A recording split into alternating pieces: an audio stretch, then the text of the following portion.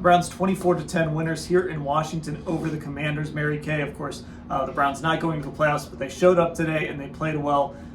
Let's just start with the passing game because it was bad in the first half. And you're kind of wondering, okay, what are we going to be writing about this game if this continues? And then it got going in the second half. And I thought, we keep saying this every week, but I thought this was just another example of what this ultimately can look like once they really get everything figured out.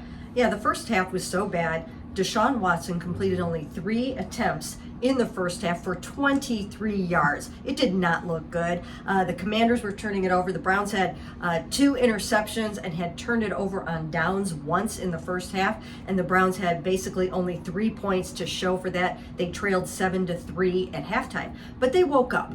Deshaun and his receivers, especially Amari Cooper, they woke up at halftime. They came out. Deshaun threw 3 straight touchdown passes coming out in the second half to take that 24-10 lead. They never looked back, and it was a lot of growth between Deshaun and his receivers. Let's keep talking about Amari Cooper. 3 catches on 4 targets. 2 of them were third down conversions. The 3 biggest pass plays of the day went to Amari Cooper. This is what it's supposed to look like between these two. And he talked about, the play he made on the sideline where he caught the ball and ran it into the end zone. He's dealing with that core muscle injury. We don't know if he's going to need surgery or not after the season. But again, just seeing what he can do with Deshaun Watson. And Deshaun had some really good things to say about him after. Yeah, you know what? I mean, these 2 guys, we've been saying it, they've been saying it, are going to be dynamite together. I think they will both be in the Pro Bowl together next year. I think you're going to see Amari get close to that 1,500 yards that he's talking about. I think he's going to have a ton of touchdowns. He eclipsed his career high of 8 touchdown catches today. He now has 9.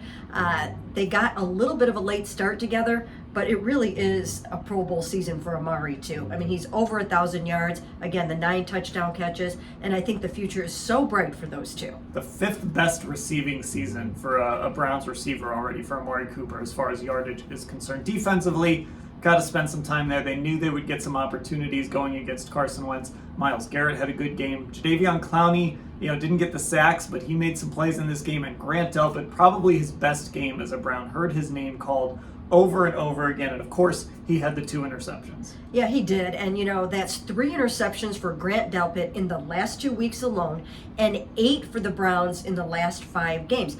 These are the takeaways that this defense was supposed to be getting all season, and it didn't get. They got off to such a slow start, but now they're starting to come. It's a little bit late, but hopefully for them, it bodes well for the future, because that's what these guys are supposed to be all about.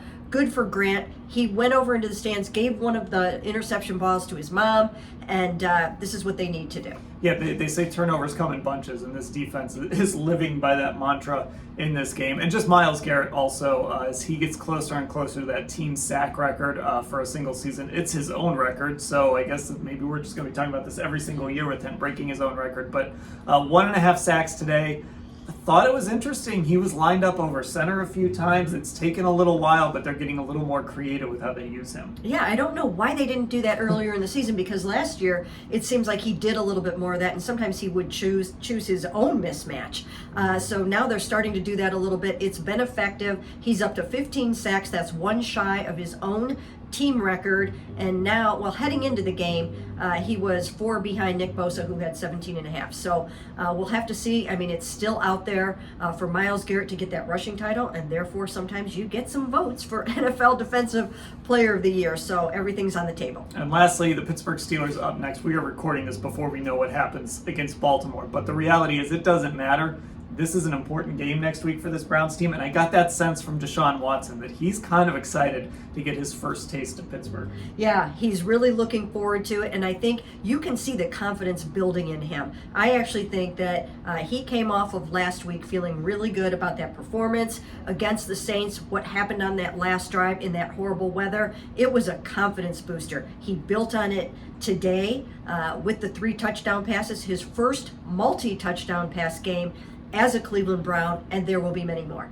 All right, Browns winners here in Washington. They've got 1 game left. It is at Pittsburgh. It is next week. Of course, we'll cover that, but we've got plenty to cover from this game too. You can find it all at cleveland.com/Browns.